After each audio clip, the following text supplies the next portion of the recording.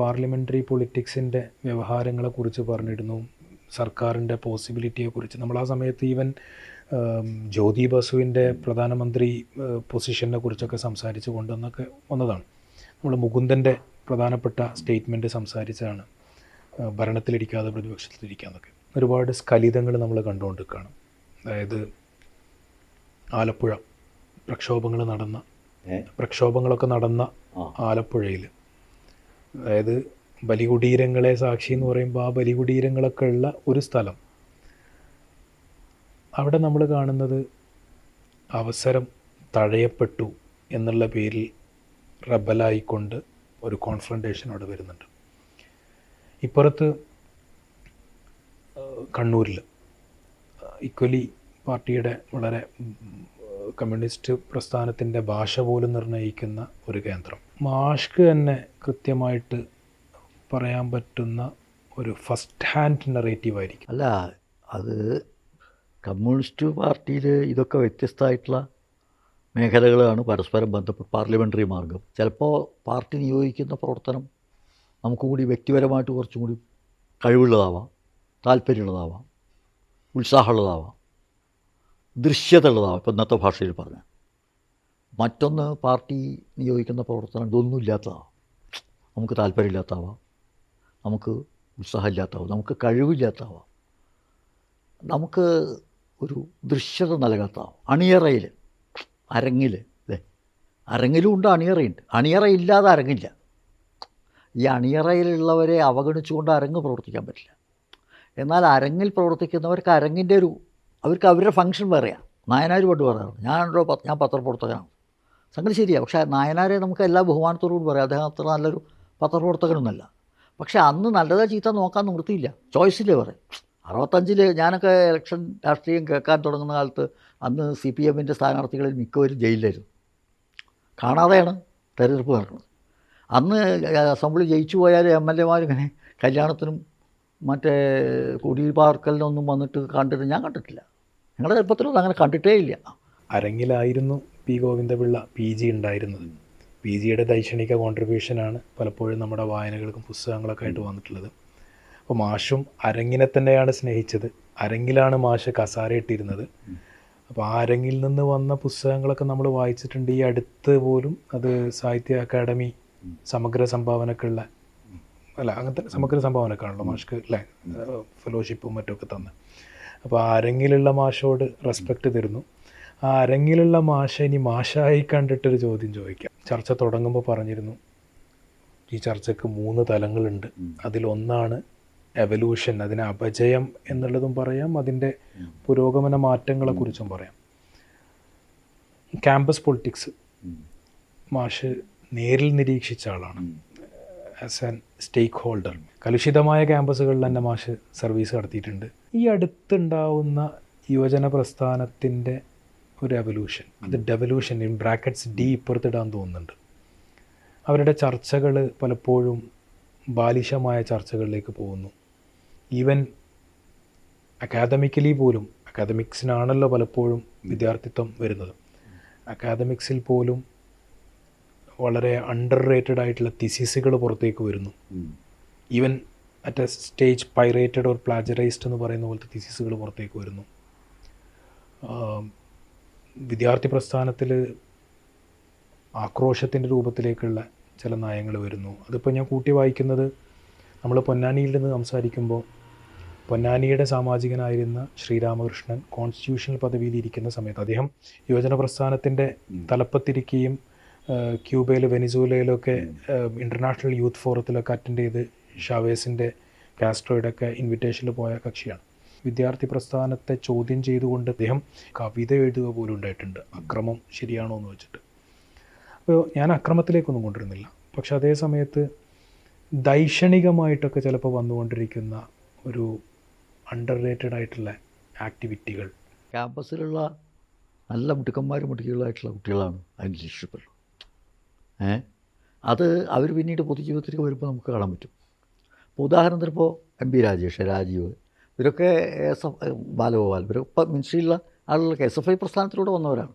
പൊതുജീവിതത്തിൽ വന്നു. ഞാൻ അവർക്ക് ശേഷമുള്ള തലമുറയെ അല്ല, അവർക്ക് ശേഷമുള്ള ഇപ്പോൾ ഏറ്റവും ചെറിയ പിള്ളേർ, ഇപ്പോഴത്തെ പുതിയ കുട്ടികൾ, ഞാൻ അവരിലൊക്കെ വലിയ പ്രതീക്ഷ കാണുന്ന ആളാണ്. പിന്നെ ഇപ്പം ഞാൻ പറഞ്ഞ DYFIയിൽ തന്നെ ഞാൻ ഇപ്പം നമ്മുടെ സനോജിനെ പോലുള്ള VK സനോജ്, എന്തൊരു മെച്യൂരിറ്റിയാണ് അയാൾക്കൊക്കെ. ഇപ്പം ഞാനൊക്കെ കുട്ടിക്കാലത്ത് കോളേജിൽ പഠിക്കുന്ന കാലത്ത് എന്നോട് ചില മാഷന്മാർ, നാരായണ ഒരു കമ്മ്യൂണിസ്റ്റുകാരൻ ഇത്ര പക്വത വേണ്ട കേട്ടോ സോറി, കോളേജിൽ പഠിക്കുന്ന കാലത്ത്. പക്ഷേ ഭയങ്കര മെച്യൂരിറ്റി, അതായത് എന്ന് പറഞ്ഞാൽ അയാൾ ഇതിൻ്റെ ഈ ഒരു അതിൽ നിൽക്കും, അത് എവിടെ പോയാലും പതറാതെ നിൽക്കാൻ കഴിയുന്ന ലീഡർഷിപ്പ് ഉണ്ട്, മുട്ടുമുട്ടുക്കന്മാരായ ലീഡർഷിപ്പ്. മാഷെ അഡ്മയർ ചെയ്യുന്ന ആളുകളെ നമ്മളും അഡ്മയർ ചെയ്യുന്നുണ്ട്, നമുക്ക് റെസ്പെക്ട്. പക്ഷേ അതേ സമയത്ത് പ്ലാജറൈസ്ഡ് തിസീസുകളൊക്കെ വന്നിട്ടുണ്ട്. ഈ പ്ലാജറൈസേഷൻ എന്ന് പറഞ്ഞത് ഈ തിസീസ് കൊടുക്കുന്ന സ്ഥിരം കലാപരിപാടിയാണ്. ഔദ്യോഗികമായിട്ടുള്ള വിഷയം അല്ലെങ്കിൽ ഒരു നിഗമനത്തിലെത്തുന്ന ഏതെങ്കിലും ഗവേഷണം വന്ന് അല്ല, ഞാൻ പറയാം, എൻ്റെ ഇതായ പറഞ്ഞു ഈ ഗവേഷണം എന്നൊക്കെ ഇത് ആകെ നമ്മൾ റീവിസിറ്റ് ചെയ്യേണ്ട വിഷയമാണ് എനിക്ക് തോന്നുന്നത്. നമ്മുടെ ഈ PhDകളുണ്ടല്ലോ, കുട്ടികൾ PhD എടുക്കുന്നു, മാത്രമല്ല ഇപ്പോൾ എന്താ വെച്ചാൽ ജോലിക്ക് ഈ കോളേജ് അധ്യാപകനാവാനൊക്കെ PhD വേണമല്ലോ. അപ്പോൾ എന്താ വെച്ചാൽ അത് അനിവാര്യമായിട്ട് വരിക. അപ്പോൾ എന്ന് വെച്ചാൽ എന്തെങ്കിലും ഒരു വിഷയം കണ്ടുപിടിച്ചിട്ട് അങ്ങോട്ട് കാച്ചിലാണ്. അപ്പോൾ അതൊരു കുക്കഡായ ഒരു സാധനമായിട്ട് വരിക, അല്ലാണ്ട് സിൻസിയറായിട്ടൊരു വിഷയത്തോടുള്ള അനുരാഗം എന്ന് പറയും, അങ്ങനെയുണ്ടല്ലോ. ഒരു വിഷയത്തോട്, ഒരു പ്രമേയത്തോട്, അല്ലെങ്കിൽ ഒരു മേഖലയോട് ഒക്കെ തോന്നുന്ന ഒരു അനുരാഗത്തിൻ്റെ ഫലമായിട്ട് അതിൻ്റെ പിന്നെ എന്നാൽ പോകുന്ന, അതിനെ അന്വേഷിച്ച് പോകുന്ന ഒരു സംഭവം ഉണ്ടല്ലോ. ഈ എന്താ പറയുക, ഇതിലുണ്ട് മഹാഭാരതത്തിലുണ്ട് കല്യാണ സൗഗന്ധികം എന്ന് പറഞ്ഞൊരു പോകും. അതിൻ്റെ മണം അതിൻ്റെ എവിടെ അന്വേഷിച്ച് പോവുക. ജെന്യുവിനായിട്ടുള്ള ഒരു സംഗതി കുറവാണ്. കാരണം ഈ പറഞ്ഞ മാതിരി പ്രായോഗിക ജീവിതത്തിന് വേണ്ടിയിട്ടുള്ള ചില സംഭവങ്ങളായിട്ട് ചുരുങ്ങിപ്പോയിട്ട് സെൻട്രൽ ഗവൺമെൻറ് തന്നെ പറഞ്ഞ സ്കിൽ ഡെവലപ്മെൻറ്റായിട്ട് എഡ്യൂക്കേഷനെ വെട്ടി ചുരുക്കി. അപ്പോൾ നമ്മുടെ അക്കാദമിക് ജീവിതം, ഉന്നത വിദ്യാഭ്യാസം, അതിൻ്റെ ഉള്ളടക്കം എന്ന് പറയുന്നതും അതിൻ്റെ മെത്തഡോളജി എന്ന് പറയുന്നതും ഒക്കെ വീണ്ടും വിസിറ്റ് ചെയ്യണം. എനിക്ക് വിദ്യാഭ്യാസത്തിൻ്റെ അലകും പിടിയും മാറ്റം. എനിക്ക് തോന്നുന്നത് കേരളത്തിലെ ഉന്നത വിദ്യാഭ്യാസം മോശമെന്നല്ല ഞാൻ പറഞ്ഞു, പക്ഷേ ഈ അതിവേഗം മാറിക്കൊണ്ടിരിക്കുന്ന കാലത്ത് അഭിമുഖീകരിക്കാനുള്ള മാത്രം എക്വിപ്ഡ് അല്ല നമ്മുടെ കുട്ടികൾ. അപ്പോൾ PhDയുടെ കാര്യമൊക്കെ വളരെ തന്നെ അല്ല, ഈ നോളജ് ക്യാപിറ്റൽ എന്നുള്ള പുതിയ ഫ്രേസൊക്കെ അല്ല, അതൊക്കെ നല്ലത് തന്നെ, അതൊക്കെ നല്ലതാണ്. പക്ഷേ അതിനനുസരിച്ച് നമ്മുടെ ഈ അക്കാദമിക് രംഗത്തിൽ മാറ്റം വരുന്നു. അല്ല, ഈ നോളജ് ക്യാപിറ്റൽ എന്നുള്ള പുതിയ ഫ്രേസൊക്കെ വരുന്ന കാലഘട്ടത്തിൽ മാഷി ഇപ്പോൾ നോളജ് സൊസൈറ്റിയാണ് നോളജ് ക്യാപിറ്റലിനെ ഞാൻ വേറെ പറഞ്ഞു വെക്കാണ്. അപ്പോൾ അതിൽ മാഷ ഇപ്പോൾ ഈ പറഞ്ഞ ചെറിയൊരു സെഗ്മെൻറ്റ്, ഒരു കഴിഞ്ഞൊരു 2-3 മിനിറ്റ് മാഷ് പറഞ്ഞ സാധനത്തെ പൊളിറ്റിക്കൽ ഐഡിയോളജിസ്റ്റ് പറഞ്ഞായിട്ടല്ല ഞാൻ എടുക്കാൻ പോകുന്നത്. ഒരു സിൻഡിക്കേറ്റ് മെമ്പർ അല്ലെങ്കിൽ ഒരു അധ്യാപകൻ അല്ല, ഞാൻ അതിനെ മാറ്റിയിട്ട് സിൻഡിക്കേറ്റ് മെമ്പർ പറഞ്ഞ സങ്കടങ്ങളായിട്ട് ഒരു സോളിലോക്കായിട്ടാണ് ഞാൻ അതിനെടുക്കാൻ പോകുന്നത്. സങ്കടമല്ല, റിയാലിറ്റിയാണ് അതൊക്കെ. മാഷ് പറയുന്ന ഈ തലത്തിലല്ല പലപ്പോഴും ഇതിൻ്റെ മെസ്സേജ് എന്താ പറയുക, അതിൻ്റെ അത് നടത്തിക്കൊണ്ടിരിക്കുന്നത്. മറ്റിടത്ത് പറയുകയാണെങ്കിൽ മാഷ് നേരത്തെ പറഞ്ഞു, ഈ ആഗോളതലത്തിലും ഇന്ത്യയുടെ തലത്തിലും കേരളത്തിൻ്റെ തലത്തിലും മാധ്യമങ്ങളും മറ്റുമൊക്കെ ഈ വോയിസിനെ കോർണർ ചെയ്യുകയോ മ്യൂട്ട് ചെയ്യുകയോ സൈലൻ്റ് ആക്കുകയോ ഒക്കെ ചെയ്യുന്നുണ്ട്. വേണ്ട പ്രാതിനിധ്യങ്ങൾ അതിലൊന്നും വാർത്തകളിലൊന്നും കൊടുക്കാത്തത് കൊണ്ട് പലർക്കും അറിയുന്നില്ല. അപ്പോൾ അങ്ങനെ വരുമ്പോൾ ബദൽ മീഡിയ അല്ലെങ്കിൽ ആ അർത്ഥത്തിൽ ഇടതുപക്ഷം തന്നെ പരിശ്രമങ്ങൾ നടത്തും. മാഷ് എപ്പോഴും സംസാരിച്ചുകൊണ്ടിരിക്കുന്ന ഒരു ഐഡിയോളജിക്കൽ സിനറിയോ അല്ലെങ്കിൽ അത്തരത്തിലുള്ളൊരു അറ്റ്മോസ്ഫിയർ നിന്ന് മാറി ഈ ഭരണം നിലനിർത്താൻ വേണ്ടിയിട്ടുള്ള ഒരു PR ക്യാമ്പയിൻ എന്നുള്ള അർത്ഥത്തിലേക്കാണ് കുറേ കൂടി മാറിക്കൊണ്ടിരിക്കുന്നത്. പാർട്ടി മീഡിയം ഒരു ഗ്ലോറിഫിക്കേഷനിലേക്ക് മാറിക്കഴിഞ്ഞാൽ ഒരു captaincy kind of glorification. Party media ചെയ്യുന്നതല്ല, അതൊക്കെ നാട്ടിൽ പലരും ഉണ്ടാക്കുന്നതാണ്. കൊടിവെച്ച കാറിനെയും കൊടിവെച്ച കാറ് 1-ാം നമ്പർ കാറിനൊക്കെ ഹൈലൈറ്റ് ചെയ്തുകൊണ്ട് ഒരു ക്യാപ്റ്റൻസി എന്ന് പറയുന്ന അല്ല, അതൊക്കെ ഈ കാലത്തിൻ്റെ ചില മറ്റെന്താ പറയുക, ഞാനതിനെ ഈ കാലത്തിൻ്റെ ചില പ്രവണതകളെന്ന് വയ്ക്കാം. പക്ഷേ പാർട്ടിയുടെ നേതൃത്വമോ ഒരിക്കലും അത്തരം, ഇപ്പോൾ നമ്മുടെ മുഖ്യമന്ത്രി എപ്പോഴും സംസാരിക്കുന്നത്, മുഖ്യമന്ത്രി ഒരിക്കലും ശ്രദ്ധിച്ചിട്ടുണ്ടോയെന്നറിയില്ല, ബോധപൂർവമല്ല, അത് ഒരു കമ്മ്യൂണിസ്റ്റിൻ്റെ ഒരു ഭാഷണം. നമ്മൾ എന്ന വാക്കാണ് ഏറ്റവും അധികം അദ്ദേഹം ഉപയോഗിക്കുന്ന, അദ്ദേഹത്തിൻ്റെ വൊക്കാബുലറി നമ്മൾ എടുത്താൽ അതിനൊരു അനാലിസിസ് നടത്തിയാൽ അദ്ദേഹം ഏറ്റവും ഉപയോഗിക്കുന്ന വാക്ക് ഞാൻ എന്നല്ല. എനിക്ക് തോന്നുന്നു അദ്ദേഹം ഞാൻ എന്ന വാക്ക് ഉപയോഗിക്കുന്നത് വളരെ വളരെ പൂർവ്വം. അത് കണ്ണൂർ ഭാഷ എല്ലാം നാം എന്നുള്ള ഇല്ല, കണ്ണൂർ ഭാഷ നാമൊന്നല്ല. അത് കെ സുധാകരൻ സംസാരിക്കുന്ന കേട്ടാൽ അത് നാം ഇല്ലെന്നെ, ഞാനേ ഉള്ളൂ. അയാൾ 4 വാചകം പറഞ്ഞാൽ അതിൽ 40 ഞാനുണ്ടാവും. പക്ഷേ പിണറായി പറയുന്ന സമയത്ത് ഒരിക്കലും ഞാൻ വരുന്നില്ല. അദ്ദേഹം വളരെ അദ്ദേഹത്തിനിപ്പോൾ ഒരു സാധാരണ മുഖ്യമന്ത്രിക്ക് വ്യക്തിപരമായിട്ട് തന്നെ പല അവകാശപ്പെടാൻ അങ്ങനെയുണ്ടല്ലോ, ഭരണത്തിന് അവകാശപ്പെടാൻ. ഇതൊക്കെ അദ്ദേഹം ജനങ്ങളുടെ പിന്തുണയോടുകൂടി ജനങ്ങളെ അണിനിരത്തിയിട്ട് ഒരു കമ്മ്യൂണിസ്റ്റ് മുഖ്യമന്ത്രി എങ്ങനെയാണ് അതാണ് ജനങ്ങളെ മോട്ടിവേറ്റ് ചെയ്ത് ജനങ്ങളുടെ ഇൻവോൾവ്മെൻറ്റോടുകൂടി. ജനാധിപത്യം എന്ന് പറയുന്നത് തെരഞ്ഞെടുക്കപ്പെട്ട ജനപ്രതിനിധികളുടെ ഭരണം മാത്രമല്ല. അല്ല, മാഷ പറയുന്നത് എനിക്ക് കൃത്യമായിട്ട് റീകളക്ട് ചെയ്യാനും അതിനെ അംഗീകരിക്കാനും പറ്റുന്നില്ല. അത് വെറുതെ അതാണ്, അത് PR അല്ല. അല്ല മാഷ പറഞ്ഞ ആ സംഗതി ഞാൻ അംഗീകരിക്കുന്ന ഈ അർത്ഥത്തിലാണ്. അതായത് പിണറായി വിജയൻ അദ്ദേഹം പാർട്ടി സെക്രട്ടറി ആവുന്ന സമയത്ത് ആലപ്പുഴയിലാണെന്നാണ് ഞാൻ മനസ്സിലാക്കുന്നത്. അവിടെ നടന്നൊരു സമ്മേളന നഗരിയിൽ ആരൊക്കെയോ അദ്ദേഹത്തിൻ്റെ പടം ഉയർത്തിപ്പിടിച്ചിട്ടുണ്ടായിരുന്നു. ആ സമയത്ത് അദ്ദേഹം പ്രസംഗം നിർത്തിക്കൊണ്ട് അവരോട് പറയുന്നുണ്ട്, ഇവിടെ ഇങ്ങനെ ഒരു പടം എൻ്റെ ചിത്രമായിട്ട് കാണുന്നുണ്ട്, അത് ഉപയോഗിക്കാൻ പാടില്ല, നമ്മൾ ഒരു വ്യക്തി അധിഷ്ഠിതമല്ല എന്നൊക്കെ പറയുന്നു. അതിൽ നിന്നൊക്കെ ഒരു മാറ്റം ഈ പറയുന്ന പോലെ PR ക്യാമ്പയിൻ, അത് ഗ്ലോറിഫിക്കേഷൻ എന്ന് പറയുന്നത് പാർട്ടി സിസ്റ്റത്തിൽ ചെയ്താണെങ്കിലും ഇപ്പോൾ ഈ തിരുവാതിരയിൽ പാർട്ടിയുടെ മാത്രം പ്രശ്നമായിട്ട് എടുക്കരുത്. ഈ പറഞ്ഞില്ലേ നമ്മൾ ഇന്നിപ്പോൾ എന്താ വെച്ചാൽ നമ്മളൊക്കെ ഒരു തരം മാർക്കറ്റ് ഓറിയൻറ്റഡ് ആയിട്ടുള്ള സംഭവമാണ്. ഞാനത് മാർക്കറ്റ് ചെയ്യണം, എന്നെ തന്നെ മാർക്കറ്റ് ചെയ്യണം. അപ്പോൾ ഈ മീഡിയ ഉപയോഗിക്കൽ, മാർക്കറ്റ് ചെയ്യൽ, ഇതൊക്കെ ഇന്നത്തെ ഒരു സദാചാരമായി മാറി. അതിനെ സമ്പൂർണ്ണമായിട്ട് നിഷേധിച്ചുകൊണ്ട് ഒരു വ്യക്തിക്കോ ഒരു പ്രസ്ഥാനത്തിനോ മുന്നോട്ട് പോകാൻ പറ്റില്ല. അതാണ് അവിടെയും കോംപ്രമൈസിൻ്റെ പ്രശ്നം വരും.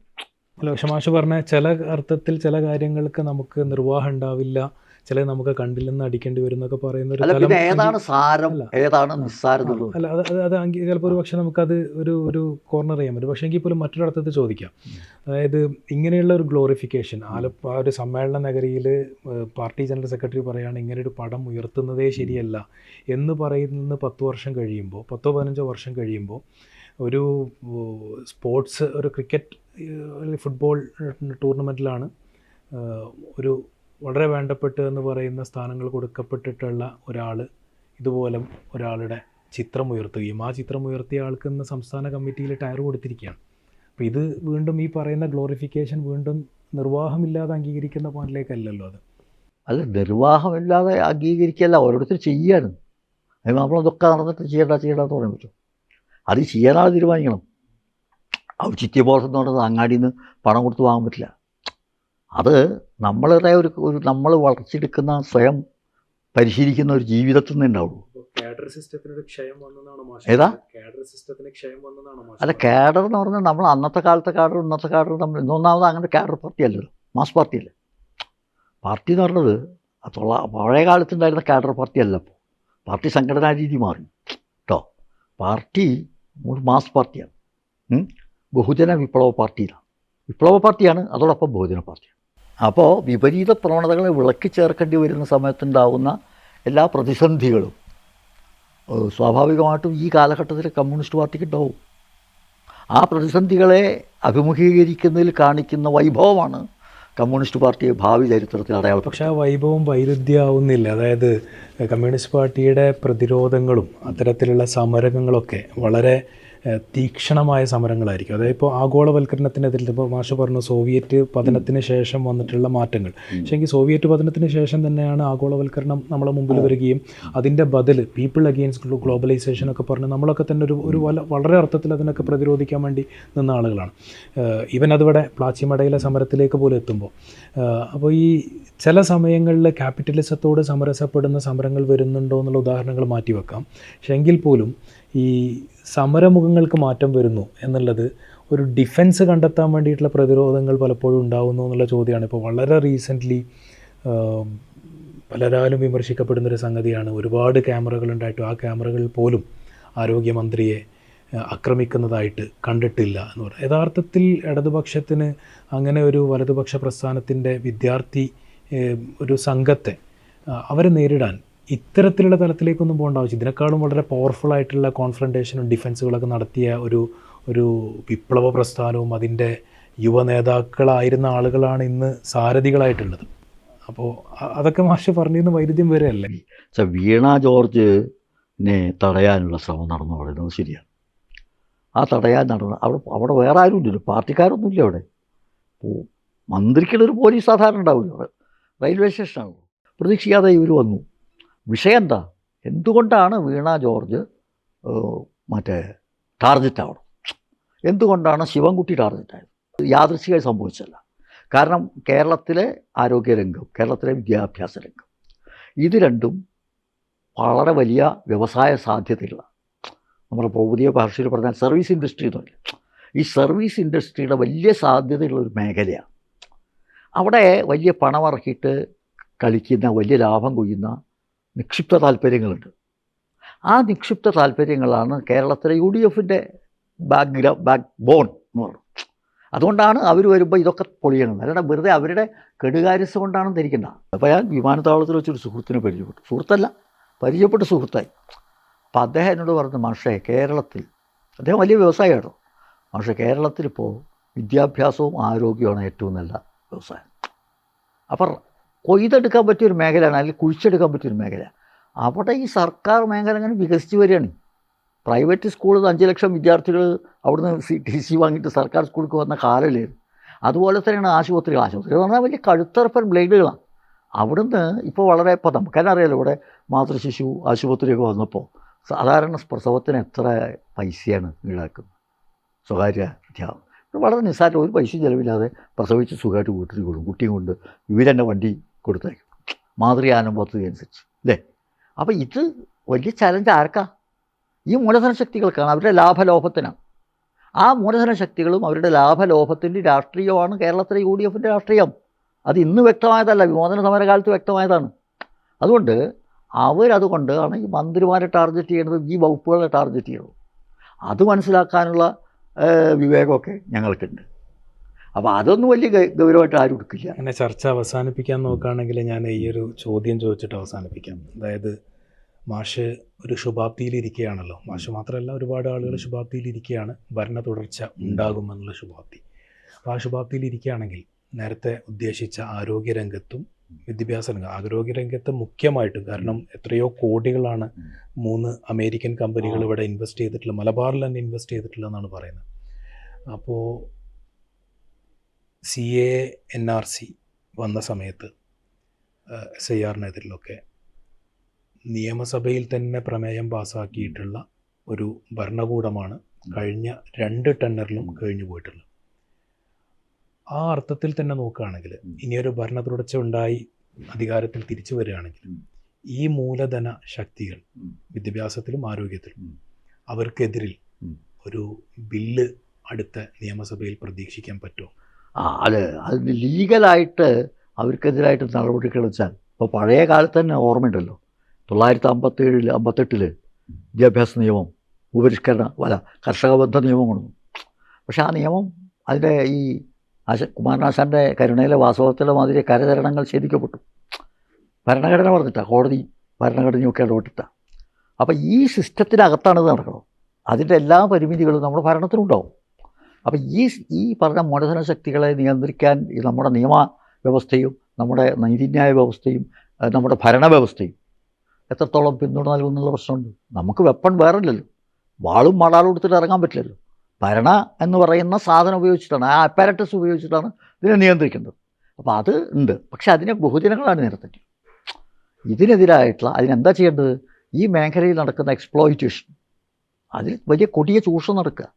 വാസ്തവത്തിൽ കേരളത്തിലെ അഭ്യസ്തവിദ്യരായ ആ ചെറുപ്പക്കാരിൽ വലിയൊരു വിഭാഗം ഈ പാരലൽ അല്ലെങ്കിൽ എന്താ പറയുക സെൽഫ് ഫിനാൻസിങ് സ്കൂളുകൾ, കോളേജുകൾ, അതുപോലെ തന്നെ സ്വകാര്യ ആശുപത്രികളിലെ പാരാമെഡിക്കൽ സ്റ്റാഫിന് വളരെ കുറച്ച് ശമ്പളമേ ഉള്ളൂ, വലിയ ചൂഷണം അനുഭവിച്ചുകൊണ്ടിരിക്കുക.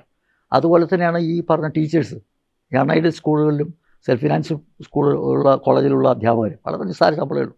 ഇതിലിപ്പോൾ നിയമം വരണമെന്ന് വെച്ചിട്ടുണ്ടെങ്കിൽ ഇതിനെ നമ്മൾ എന്ത് ചെയ്യേണ്ടി വരും? ഏറ്റെടുക്കേണ്ടി വരും.